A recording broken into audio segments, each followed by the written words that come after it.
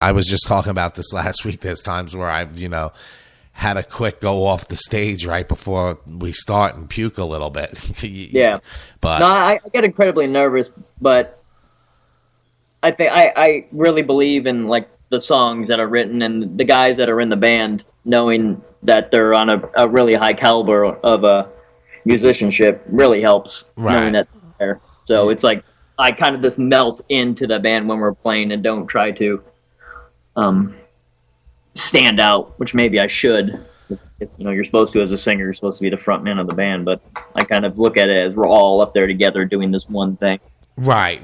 No, because I know, I'm a singer and people will be like, oh, sing me a song. I'm like, it just don't fucking work like that. Yeah. I need my band. I can't just pop out and fucking sing you a song. I'm not a Broadway singer. And, I always had this dilemma because I always thought, I'm not formally trained. Am I a singer or am I a vocalist? Because people who think they can't sing, I would think they think they're more of a vocalist because some people are screaming through a mic. It's not really singing. Yeah. But I don't know. I can do like the low voice crooner thing, but that's about it. Right. No, I definitely think the CD sounds great. Thank you. So what was the process? I mean, how long from, song 1 to January 30th? What was, the process like? Was it grueling putting it together and now finally it's out and it's like, a little bit.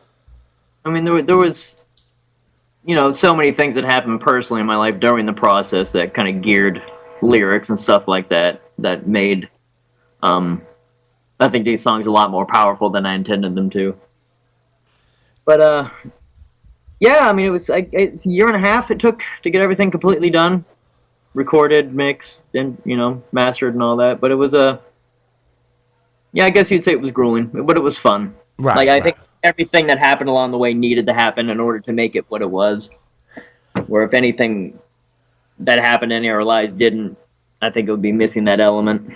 Right. I mean, a year and a half, especially recording everything by yourself, maybe, except some of the guitar, but really that's not a long time. So it's still pretty impressive. I mean, when you're the one sitting there trying to put it out, I mean, yeah, of course it's a long time because you want to get it done and you want people to hear it. But yeah. in reality, 18 months is not a long time. I've spent 2 years on a 12-song CD in the studio because the guitar player was just so anal about certain things and always thinking of new ideas and wanting to change everything. I'm like, dude, we're never going to get this done if you keep changing these songs. I mean, let's change them up a little bit live and maybe, when the record gets closer to getting picked up by someone else or if we're going to re-record this, then we throw those elements in there. We can do it live. But I don't know. It was just, it's a difficult process regardless of how you do it. So, yeah. I mean, it's literally all I do. So, right. I mean, I have a day job like everyone else, obviously, but I rush home every day and go into the studio and shut the door until it's time to go to bed. Right. I mean, yeah, no, I definitely missed that about it, but I started getting into radio and stuff. It's definitely it definitely consumes your life, and that's part of the reason musicians have rotten relationships too. But it's ruined many.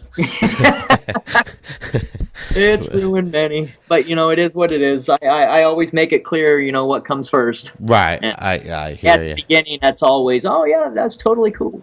Yeah. Till you're doing shows 2 or 3 times a week, rehearsing and doing all that shit. I always say it's always fun to be with an artist till you realize they're an artist. Right. Yeah, exactly. So tell me about, you do have a record label for this, right? We hired a PR guy named Tom Hazeret and his other guy, Joe Barnes, that we work with, and he put it through his label, which is THC, and it got distributed through InGrooves. Okay. For digital. So he's pushing it through his label, and going good so far. Yes. We released the CD on the 30th, and by the 7th, we completely sold out of the first order of 150 CDs. So that's in my mind. I mean, in my brain, we're pretty much nobodies at the moment. So for 150 physical products to be sold, I think it's pretty awesome. Yeah, and the key word there is sold. I mean, I just felt good that someone just even wanted my CD. So to be selling, 150 of them or 200 total in the first week, that's a pretty good feeling. Plus, I'm sure you've got statistics on downloads and stuff too, or will be getting them. So I'm sure it's actually much more than that.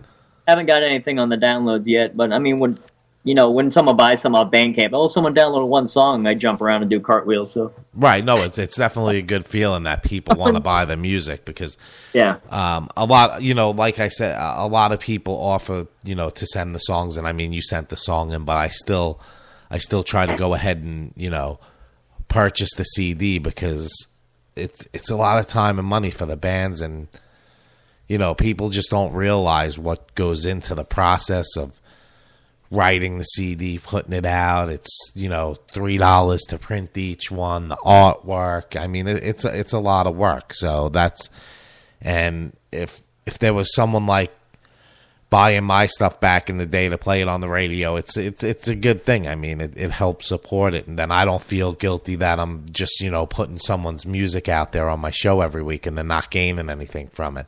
At least they gained the sale of a CD and some promotion out of it. But I mean, there's guys like you that make it possible for the rest of us to get heard. So right, and it's with internet radio, it's definitely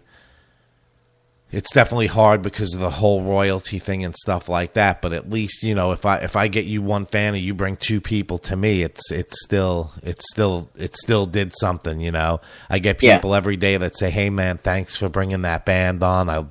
It was a great interview, and I never heard of those guys, and thanks for introducing the band." So, that's really why I want to do it.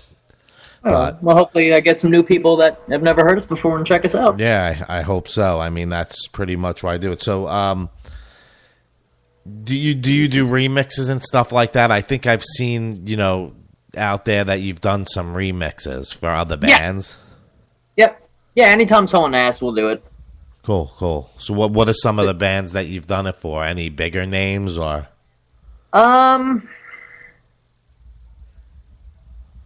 I mean, there's no like major names. It's mostly just bands that are in our circle. Do you find a lot of people think that industrial music is dated? I don't feel that way. I don't know if it's because the passion I have for it, and that's the type of CDs I made when I did ones on my own. But how do you feel the industrial scene is? Because you're from Orlando, it seems pretty popular. Yeah, I mean, it's always popular within itself. It has a hard time growing, for a multitude of reasons. Right. But, I mean, I think a lot of it just has to do with outsiders like looking in.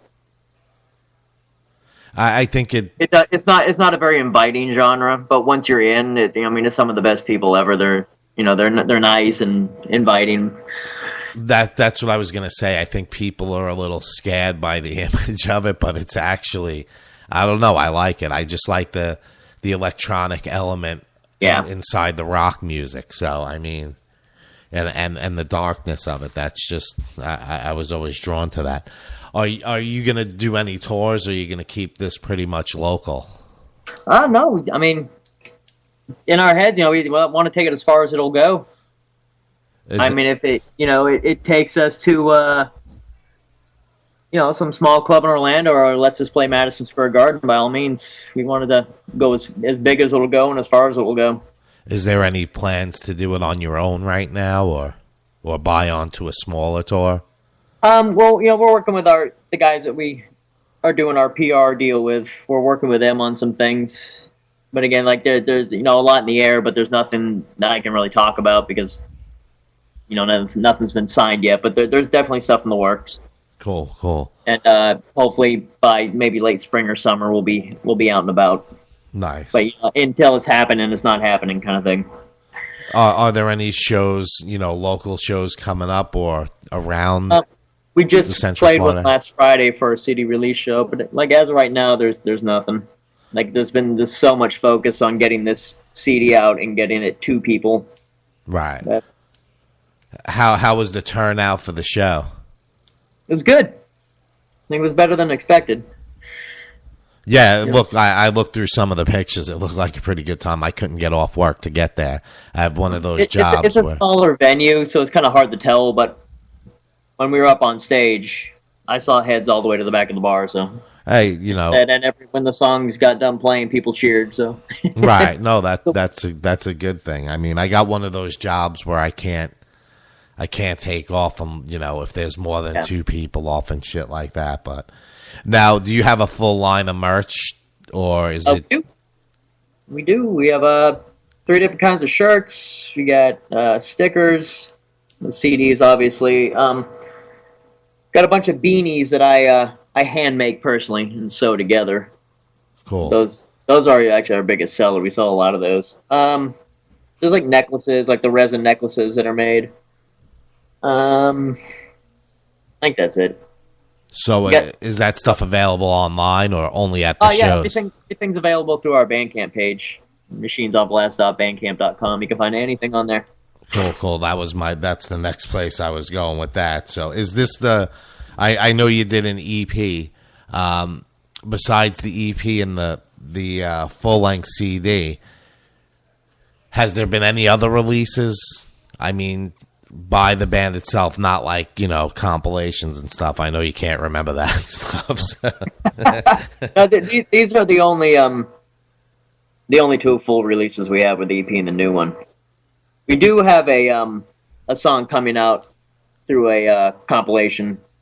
I believe it's in June through Metropolis Records called Electronic Saviors that we were able to get on. Oh, cool! That's nice.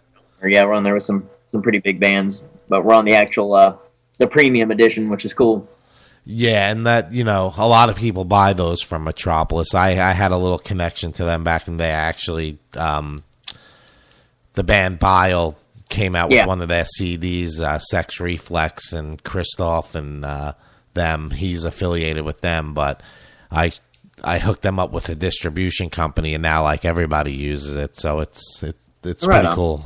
Are you a fan of Bile? I love them. There's buzz about them right now. I'm trying to do stuff, but I've contacted anyone I could contact and threw our name into the hat. Right, yeah, because they were up and coming. We're from the same area in New York, and they were up and coming. So I followed them through, this Club Voodoo they used to play in by my house, and I pretty much followed them up until today. I mean, there was some point, I didn't like every single thing they put out, but they were just a fun band to go see in a club, and it was that whole industrial terror thing going on, so it was pretty cool.